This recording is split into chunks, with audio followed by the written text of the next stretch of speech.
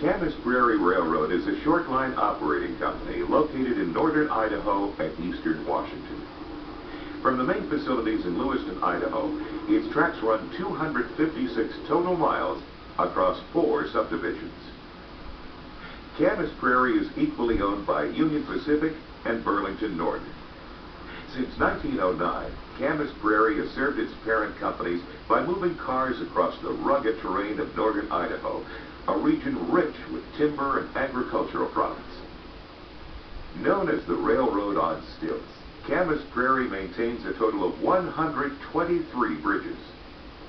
The railroad traverses breathtaking scenery with its high timber trestles, carved tunnels, and steep mountain grades. At the top, the railroad crosses into the high plateaus from which it received its name, Camas Prarie Railroad. Camas is a wild flowering plant that grows in the marshy meadows of these high mountain prairies. Having onion-like roots, Camas was once an important food source for Native Americans. Before the area was settled, the famous explorers Lewis and Clark traveled down these same canyons on their journey to reach the Pacific Ocean. The railroad follows the Clearwater and Snake Rivers for almost 150 miles. At the confluence of these rivers is the city of Lewiston. The city grew from a small trading town for miners and was well established by the 1860s. During that time, the Snake River provided an excellent route for steamships to come up from the Columbia River. Railroads weren't built for a while because river transportation was adequate, and constructing tracks into the rugged canyons was very expensive. But later, when the region's natural resources came into large-scale demand, a railroad could provide faster and more efficient transportation. It was only a matter of time before rail companies built their lines into the area to capture the timber and wheat resources. Well, the railroad came into Lewiston at a time when the areas tributary to Lewiston started to boom, when the timber, the white pine timber up the Clearwater River, came into demand. That white pine had been there for years, but cheaper timber was available in the Great Lakes and on the Pacific coast. And in the early 20th century, some of that timber was being played out, particularly in the Midwest, and people were looking for new sources of timber. Also, new farmland was opening up in the Camas Prarie area. And so Lewiston, being the gateway or the jumping off point to these places, benefited from this growth of the economy in the area. And that acted like a magnet to bring railway lines into the area. In 1898, the first train pulled into Lewiston. This was a Northern Pacific engine that reached Lewiston from Arrow Junction. Within the next 2 years, Northern Pacific formed a subsidiary company called the Clearwater Shortline and built a line 12 miles to Cul-de-sac and another line 63 miles to Stilts. Meanwhile, a subsidiary company of the Union Pacific was making plans to build up the Snake River. The Oregon, Washington, and Idaho Railroad, later known as the Oregon-Washington Railroad and Navigation Company, would reach Lewiston from Texas City, now called Riparian. In addition, the wealth of resources offered by the region called the Camas Prarie was being looked at by both companies. Construction to these high plateaus would be expensive, but the wheat and timber resources would make it worth it. In 1906, the Northern Pacific began the task of building a line to the top of the Camas Prarie. At the same time, Union Pacific started laying tracks on its route up the Snake River. Union Pacific train service to Lewiston was in operation by 1907. During the surveying and construction of these lines, the competition between these companies was known as the Clearwater Rail War. It finally came to an end when both railroads realized that 2 separate lines on such rugged terrain would mean less profits for both of them. So they arranged a compromise. They decided to use a single line and share the operating costs. And by working together, they hoped to prevent another large rail competitor from coming in. In 1909, the agreement was signed, forming a jointly owned operating company called Camas Prarie Railroad. The contract was binding for 999 years, and to this day has benefited the railroads involved. When Burlington Northern Pacific, the contract stayed the same. With the formation of a neutral operating company, both parent railroads are able to conduct separate business and share the cost of maintaining only one set of tracks. This economical approach by competing railroads is also seen in many other short-line railroads across the country. Being one of the first railroads of this kind, Camas Prarie continues moving cars for both companies across the 4 subdivisions that make up the short-line railroad.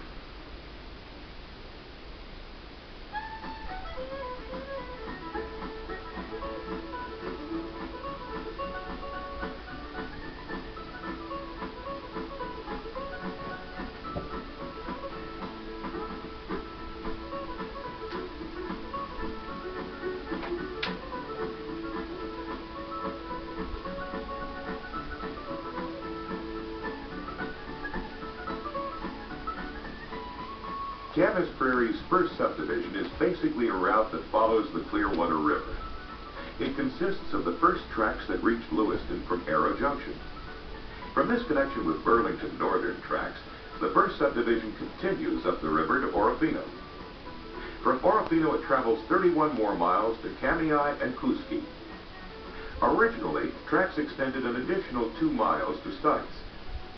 Today, the first subdivision has a total of 70 miles of track. The River Canyon provides a natural travel route for railroads and highways alike. The entire length of the first subdivision is accompanied by State Highway 12 all the way up the river valley.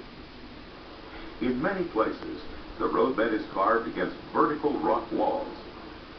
Falling rocks during the spring thaw make it necessary for patrols to scout ahead of each train. The riprap along the river provides protection from the high water during spring runoff. The first subdivision crosses the river at 2 different places. The first bridge is at Spalding. In earlier years, the community of Spalding was called Joseph, named after the famous leader of the Nez Perce tribe, Chief Joseph. The original bridge crossing the river here was built in 1898. Later, it was replaced with a steel bridge. The second bridge crossing the Clearwater River is at Kamei. The movable span bridge is designed to pivot for passing boats. When Northern Pacific began constructing tracks up the river, the competing company Union Pacific demonstrated that Kamei could be reached by boat.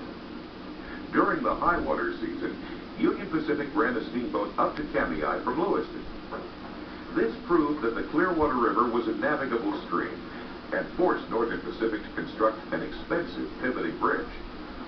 However, after the bridge was built, no steamboats ever came back up the river, and the movable span was never used. The train on the first subdivision usually leaves Lewiston in the morning, travels up to Orofino, and arrives in Kamei and Kouski in the afternoon. It then makes the turn back to Orofino and will hook up as the JP Logger on the following day. Most of the freight shipped from Kamei and Kouski is lumber products. Grain is also moved down the river from here.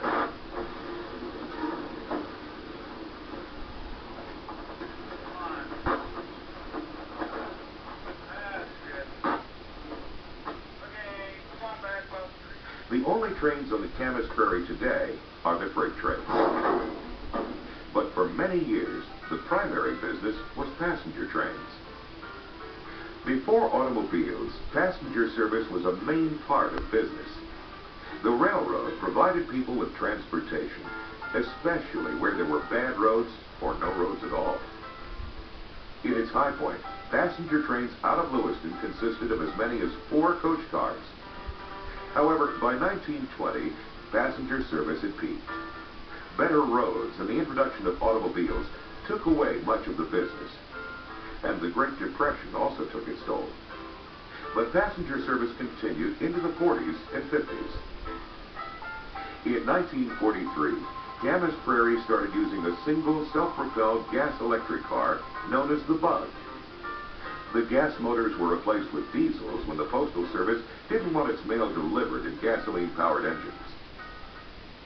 After World War II, few people rode the train, and the daily passenger car mostly carried mail and specialty express items.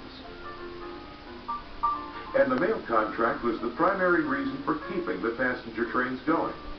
But in 1955, the Postal Service stopped using rail transportation, and the two local passenger trains to Stilts and Grangeville stopped operating.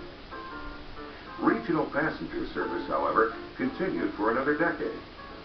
The Union Pacific ran its own passenger service from Lewiston down the Snake River through its connection at Riparia. And Northern Pacific ran a daily from Lewiston to Spokane through its connection at Arrow Junction. But these services were completely eliminated by 1965.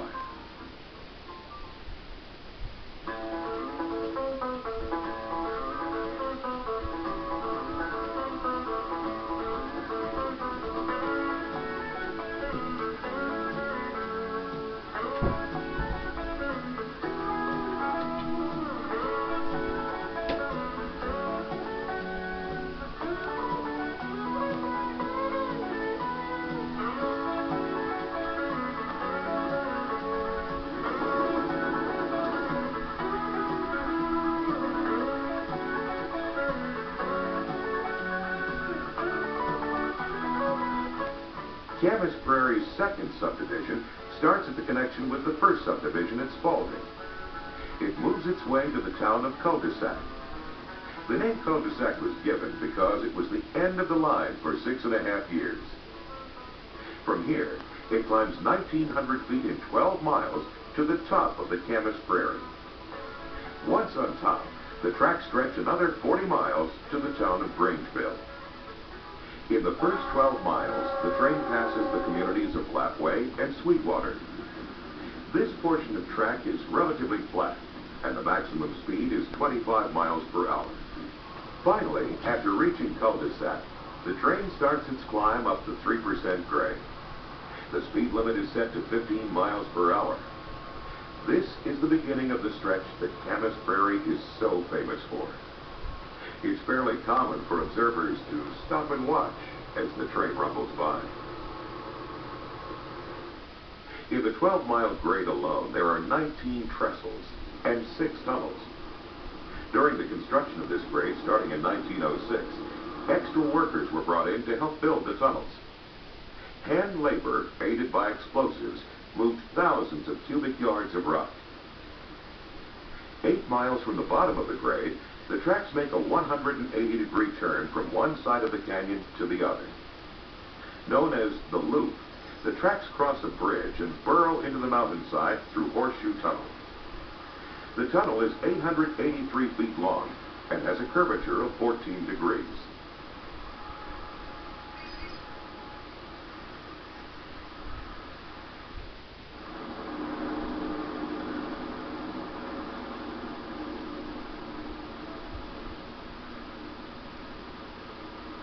The largest of the wooden trestles is Half Moon Bridge.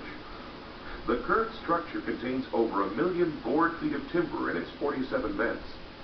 Being 684 feet long and 141 feet high, Half Moon Bridge remains the most admired feature on the Camas Prarie Railroad among rail fans.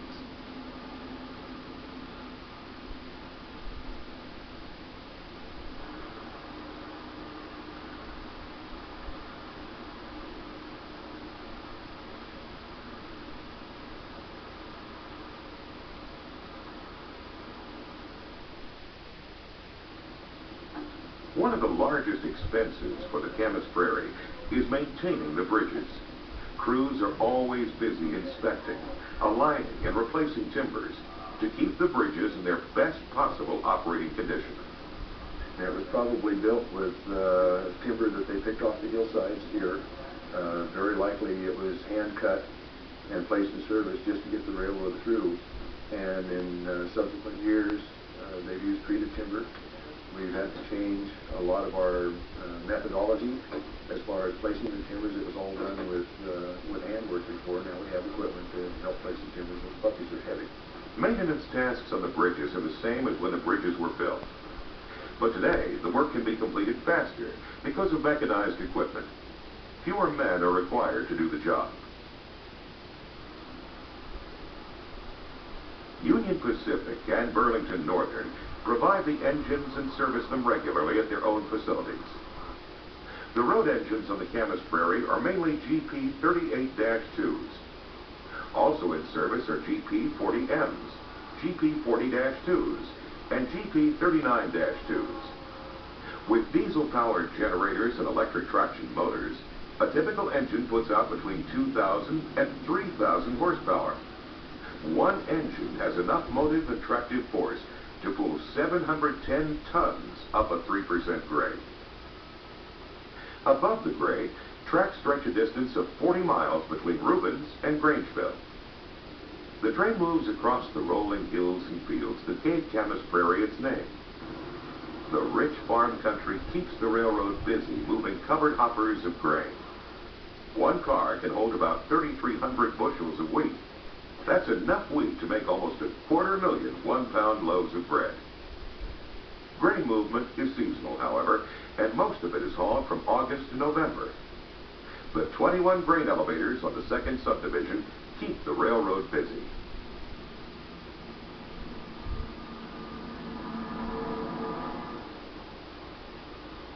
Between Craigmont and Ferdinand, tracks stretch across Lawyer's Canyon. The steel bridge is 290 feet high and 1,520 feet long. At the time it was built, it was within the top 10 tallest railroad bridges in the country.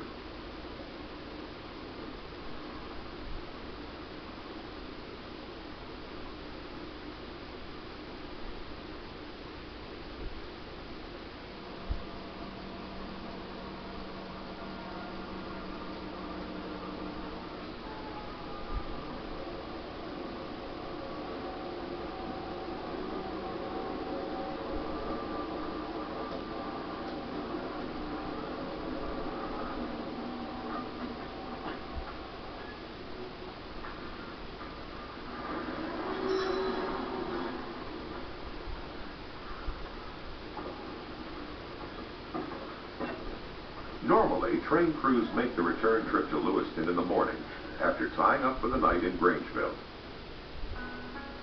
In 1914, a most interesting package accompanied a train from Grangeville. A 4-year-old girl named May Pierstorff was sent on the train to Lewiston to visit her grandmother. Little May was 48.5 pounds, just under the 50-pound limit for postal items. Her parents saw that it was cheaper to send their daughter by mail than it was to buy a passenger ticket. So, attaching the stamps to her coat, they sent her on her way. She was perhaps the only human package to be sent by U.S. mail.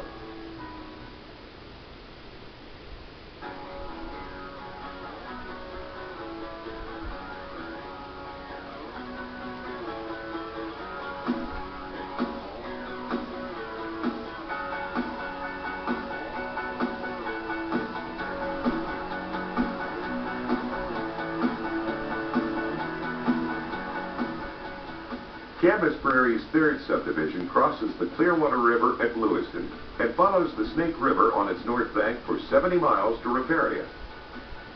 Being relatively level, the roadbed drops only a total of 131 feet over the entire length. Moving at a maximum speed of 40 miles per hour, a train can travel the distance in under 2 hours. 6 days a week, a train makes the round trip from Lewiston to Riparian. Large quantities of forest products are moved from the Potlatch Mill at Lewiston. The Potlatch Mill is the only integrated pulp, paper, and lumber mill in Idaho. Potlatch Corporation is by far the largest customer of the railroad. At Riparian, traffic is set out and picked up for Burlington Northern. For Union Pacific traffic, the train actually travels another 12 miles beyond Riparian on Union Pacific tracks. This leads to the station at Air Washington. After traffic is set out and picked up, the train turns around and heads back up the canyon to Lewiston. The roadbed is actually higher than the original tracks. In the 60s and 70s, the tracks were relocated to higher ground because of the hydroelectric dams that were built on the river. The water level rose 100 feet at each dam, covering the old tracks. slack water from the dams reached all the way to Lewiston, so the drawbridge crossing the Clearwater River had to be raised 9 feet. In 1975, the new drawbridge was completed with a vertical lift span. With slack water and the introduction of barging, Camas Prarie has found new ways to help its regional customers. Railroad transportation can often be combined with barging and trucking for maximum productivity. When comparing fuel efficiency with tonnage hauled, trains are very effective. Trains consume far less fuel than barges or trucks. Recently, Camas Prarie has seen growth in the movement of intermodal traffic. Freight containers and trailers are moved by train to and from the Port of Lewiston and the Port of Wilma. As an operating company, Camas Prarie does not own any property or rolling stock. By contract, the parent companies provide engines, equipment, and cars required for all traffic operations. Equipment for track and bridge maintenance, however, is owned by Camas Prarie itself. The Lewiston Yard is the hub for all incoming and outgoing traffic. Facilities include a freight office, classification yard, and a complete car repair facility that is capable of handling a full range of car repairs. Minor locomotive servicing, such as fueling and sanding, is handled at Lewiston, while major repairs and servicing is handled by the parent companies. The freight office is the customer service center, handling car tracing, car orders, and customer billing. Rolling stock inventory and accounting are networked with the parent company's computer systems. The classification yard is where cars are sorted according to customer and destination. Switch crews provide service for local customers and assemble trains to service each subdivision.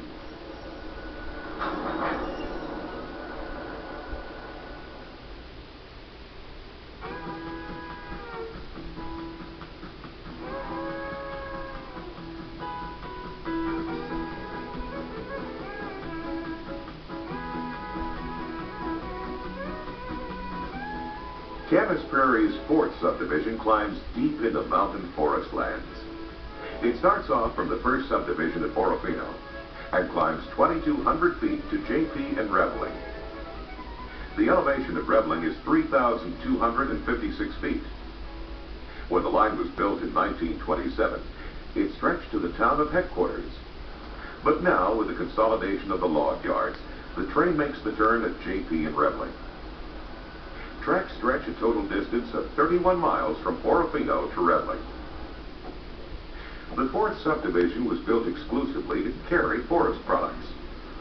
Known as the JP Logger, the train carries mostly raw logs that will be processed at the Potlatch Mill in Lewiston. The JP Mill, which is also owned and operated by Potlatch Corporation, manufactures plywood that is also moved by rail. 3 trains a week make the haul from JP to Lewiston. The 4-bay yard at the Potlatch Mill in Lewiston is constantly restocked with logs from the JP Logger. From JP, the maximum speed is 15 miles per hour to Orofino. The 2.2% descending grade requires heavy dynamic braking from the engines. 4 engines can move a limit of 85 loaded cars downhill. Practically the whole route down Orofino Creek Canyon is isolated from any roads. The tracks curve back and forth across the creek over a total of 42 bridges on the 4th subdivision.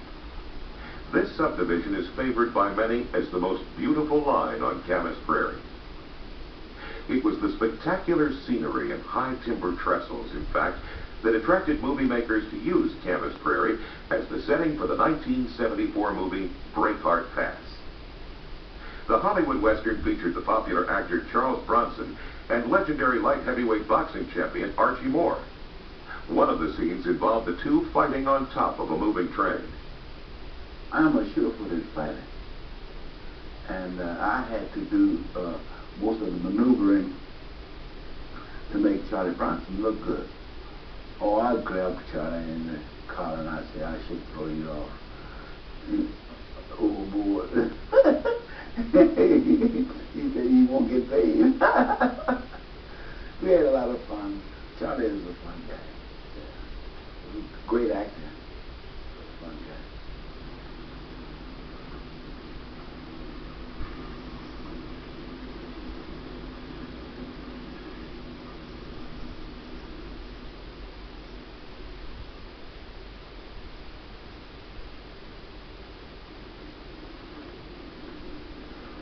When this line was built, many logging spurs branched off the main line.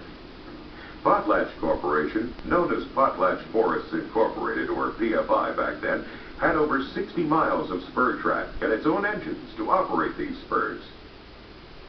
Engine 92, which rests honorably at Lewiston's Locomotive Park, is just one of the geared locomotives that worked in the woods for Potlatch. Before the shift to diesel power in the 1950s, all locomotives on the Camas Prarie were powered by steam. The coal and oil burners were dirtier and more difficult to operate, but nevertheless, they got the job done. Coming down the 2 to 3% grades on the second and fourth subdivisions with retainers set, engineers kept busy as they monitored their train speed through the curves. It was also crucial to make sure the engines didn't run low on water. Well, it's a wonderful feeling. It's a challenge that not everybody can do. And if you get that train down the grade and have no problem or anything, it's wonderful. It's a wonderful feeling because you've got 6,000 tons behind you pushing you. You're busy. The thing that I enjoyed, I think, the most was that when I got to the bottom, it was over for that day. And I would say that was the most enjoyable part of the day. But I enjoyed working on the mountain. It seemed like it wasn't too much of a task, but boy, when they got the diesels, it just smoothed out everything. Diesels were introduced on the Camas Prarie in 1953, and by the end of 1954, 80% of the work was handled by diesels. Finally, the diesels took over completely, and the days of steam were over.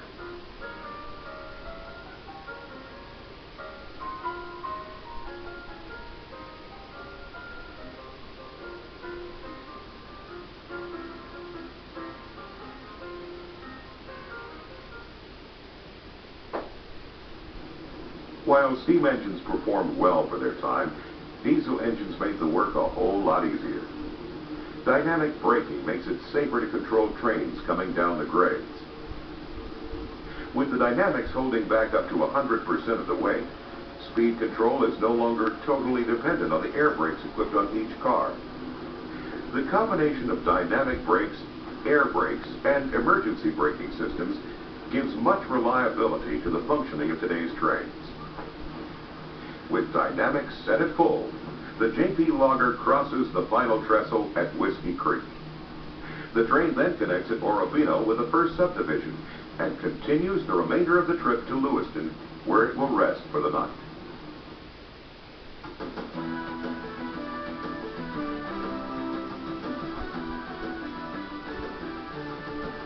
Camas Prarie Railroad keeps today's freight moving on each of its 4 lines. The trains on these subdivisions carry forest and agricultural products over diverse terrain on its 256 miles of track. The railroad runs across open prairies, steep mountain grades, and carved canyons. With large timbered trestles, massive bridges, and solid rock tunnels, the Camas Prarie is unique among short-line railroads. Since 1909, men and machinery have proudly met the challenge of keeping the railways in their best operating condition. Providing quality transportation for regional shippers as an extension of Union Pacific and Burlington Northern, this is the Camas Prarie Railroad.